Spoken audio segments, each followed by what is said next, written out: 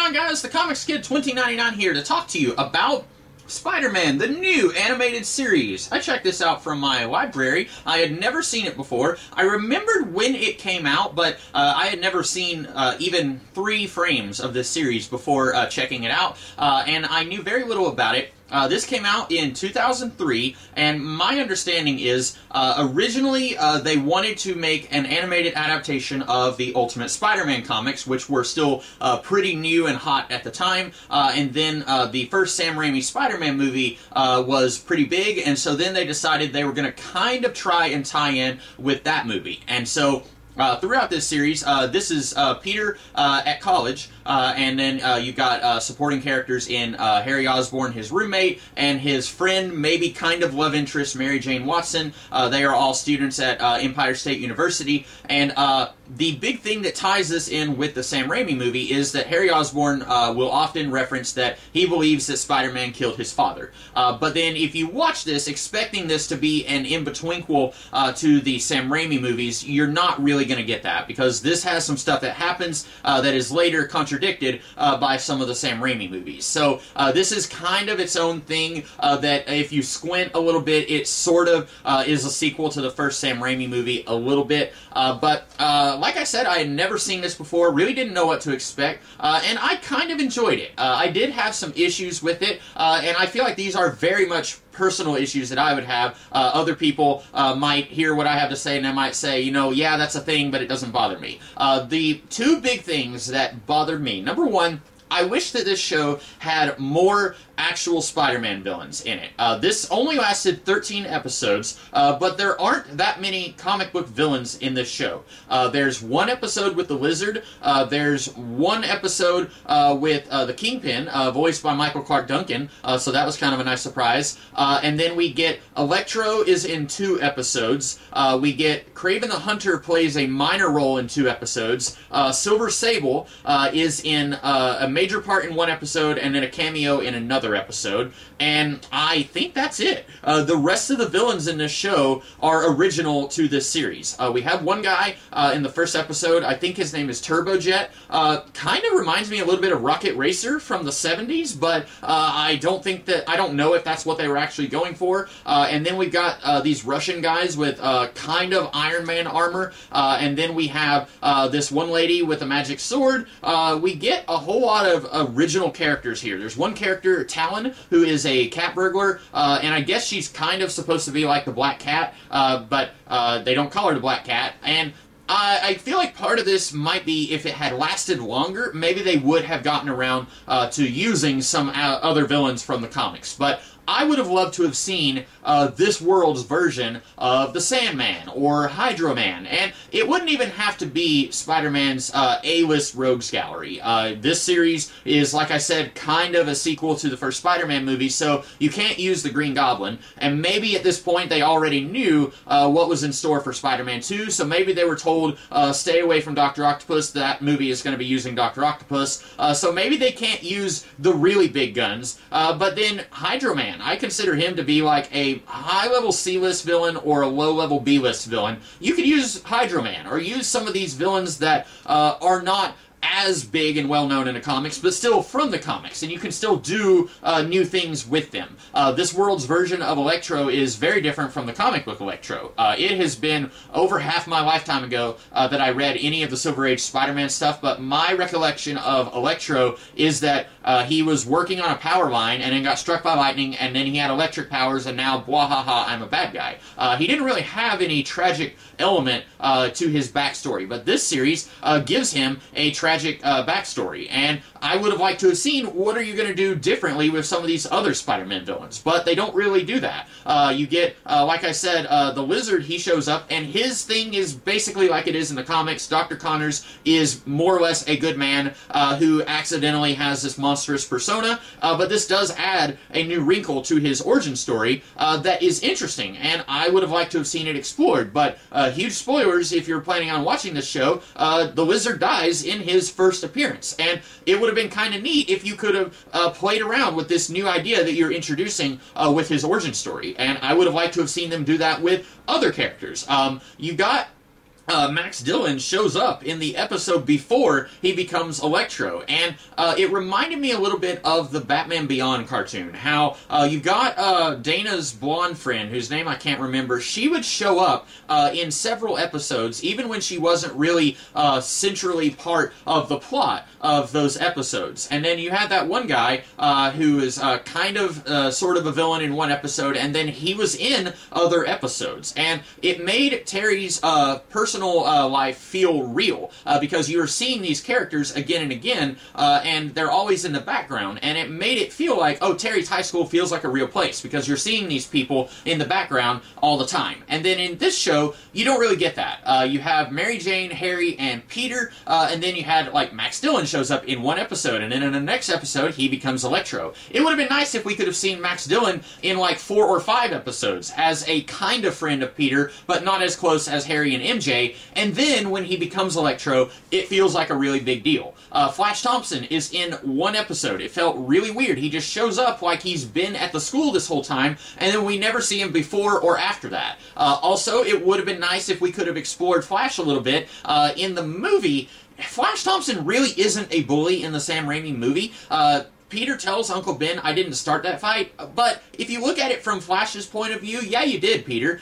Flash is just minding his own business, and then a food tray, a tray of food, hits him in the back of the head, and he sees Peter walking away. It's logical to assume that Peter just threw that tray of food at him, and so, yeah, Peter, you kind of did start that fight, even if you accidentally threw the food tray at him. And so, it would have been nice. In the comics, Flash is a bully when they're in high school, and then by the time they both go to Empire State, Flash is, he mellows out a little bit, and he's kind of a friend to Peter. And it would have been nice if we could have seen something kind of like that here, because in the movie, Flash is presented like an antagonist, and then we don't really get to see him again in the other 2 movies. He does show up at Harry Osborn's funeral, but he's in the background and he doesn't talk. And so it would have been nice if we could have explored Flash not being an antagonist, and Peter kind of feeling conflicted, like, yeah, this guy made my life a living heck in high school, and now he's buddy-buddy with Harry and MJ, and I kind of have to tag along and make nice with him, even though I really don't like this guy. It would have been cool if we could have seen some of that.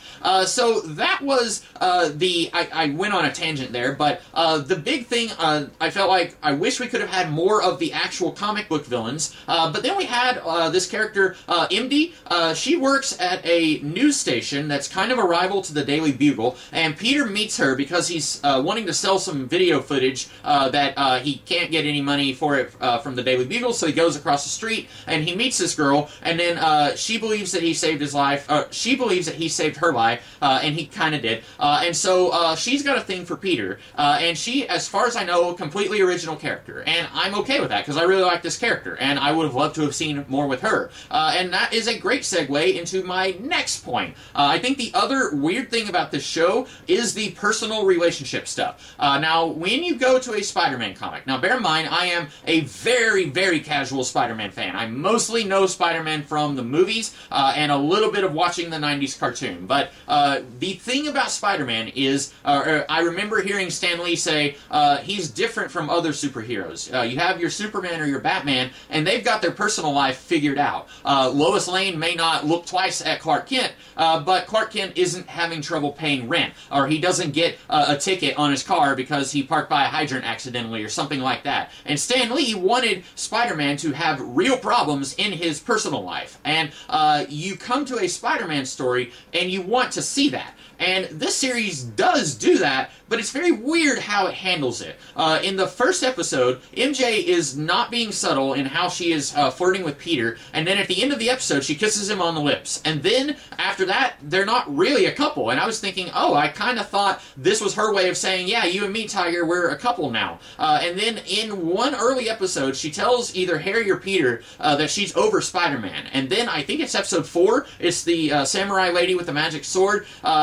MJ she is saved by Spider-Man, and then she kisses Spider-Man on the lips after she told her friends she was over Spider-Man. And then, after that episode, she tells Harry again that she's over Spider-Man. And then Peter, at one point, he is going to be meeting up with MJ, but he also wants to go and thank MD at the other news station for helping him sell his footage that he had. And he has this mix CD that he made on his own that he's going to give to MD. And then, long story short, Peter and MD and the staff at that station, they are taken hostage, and then once they get out, MD kisses Peter, and MJ goes up and sees it, and then she runs away, and it's kind of like, and then in another episode after that, out of nowhere, MJ tells Peter, if we are going to make this thing work, then we should exchange personal information about ourselves. I will tell you something deeply personal about me, and you will tell me something deeply personal about you. And I felt like that just kind of came out of nowhere, because up until that episode,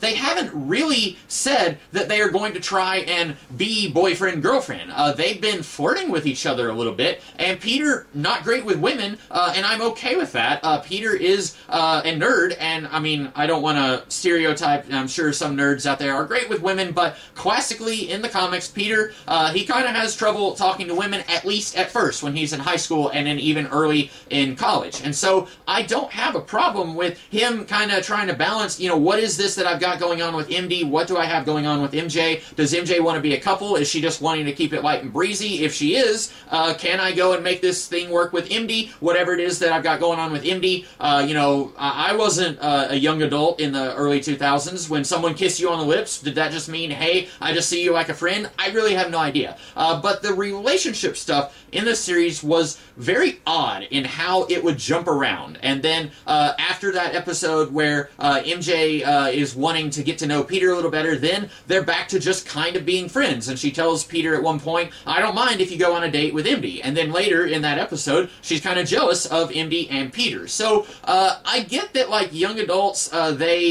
you know, it's complicated. I really don't know what's going on with this guy that I like, but it doesn't have to be that complicated, guys. I say this as someone who has never even spoken to a woman, but if you like someone, just go up and say, hey, I like you. Do you want to get coffee? And if they say, no, I don't see you that way, then you say, okay, thanks. Now I don't have to waste my time. Now I can go and see if it's going to work with this other lady.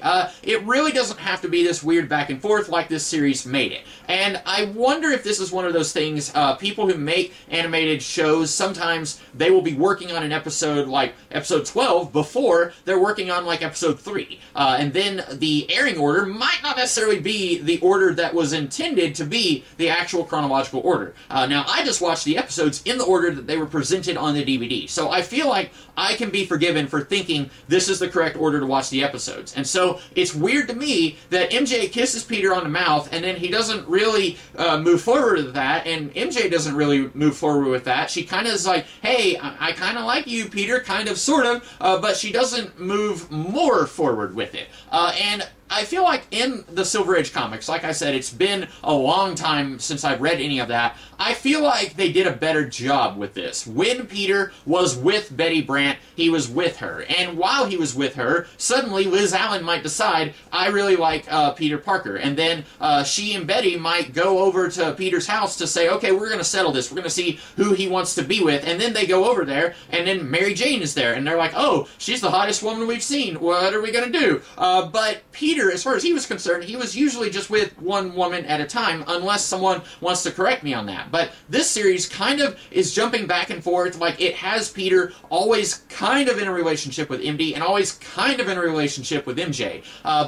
Anyway, I like the show. It does end on a pretty huge cliffhanger, so if you are not emotionally ready for that, you might want to, I don't know how to tell you to brace yourself without spoiling it, and I won't spoil it. I will say the animation is not my cup of tea. I wish the animation had just been regular 2D animation. This is, I've never seen any show that looks exactly like this. It looks a little better than Beast Wars or Reboot. Those shows came a little earlier than this show, and with those, the figures and the landscapes always looked very lacking, and like the figures look very boxy and angular and not in a good way. And you look at something like the DC Animated Universe, and the style there was always very angular, and I love the DC Animated Universe style. But then you look at something like Reboot, where someone has a very angular head, and I'm like, ew, it doesn't work for me. This looks a little better than that, but I can't help but feel like in 2003 they thought, this is the way of the future. Regular 2D animation is a thing of the past. We're not going to do that. We want to be hip with the times. And then they do this, and then it doesn't go anywhere. And now, I mean, you have like Pixar movies, but most of the time, most cartoons are just 2D animated cartoons. And I feel like it would have looked a little better if they had done that. Maybe they wanted to distance themselves from the 90s cartoon, but I think you could have done that. Just have different character models and have your own animation style. You don't have to have the characters look like they did in the 90s. MJ has short hair here. She had really long hair in the 90s cartoon. You could have done something like that. Just have different character models, and the animation looks a little different. In 2004, I think it was 2004, when The Batman came out, they didn't do some weird 3D thing to try and differentiate themselves from Batman the Animated Series. They just made the characters look different, and I feel like The Batman still holds up as far as visuals go. But this, I was watching and I was like, sometimes it doesn't bother me, and then sometimes it just doesn't really work for me. So that was a long way around to me saying that I think the show is pretty good. If you are a big Spider-Man fan, a bigger Spider-Man fan than I am, you've probably already seen the show, but if for some reason you haven't, I would give it a chance. I'm one of these people, if a show lasted like 6 or 7 years, I am much less likely to watch it because I just don't have the time. But if it only lasted 13 episodes, I'm more likely to give it a chance. And so if you were kind of on the fence and you weren't sure if you wanted to watch it, I would give it a chance. Brian Michael Bendis worked on it, and I was surprised I didn't hate it more because I really, really do not like Brian Michael Bendis' writing. But I feel like one of his biggest flaws is that he will take a story that could be done in one issue and then make it a 6-part story. And he doesn't do that here. There's only one 2-part story in this series, and that's the finale. You don't get the weird decompression that Bendis is his biggest flaw in the comics. You don't get that here. And so this may be a slap in the face to him, but this doesn't feel like a Brian Michael Bendis production. And so I kind of liked it. So that is my thoughts on Spider-Man, the new animated series. I hope you guys like this, and if you did, I will see you guys in the future with something else. In the meantime, have a great rest of the day. Catch you later.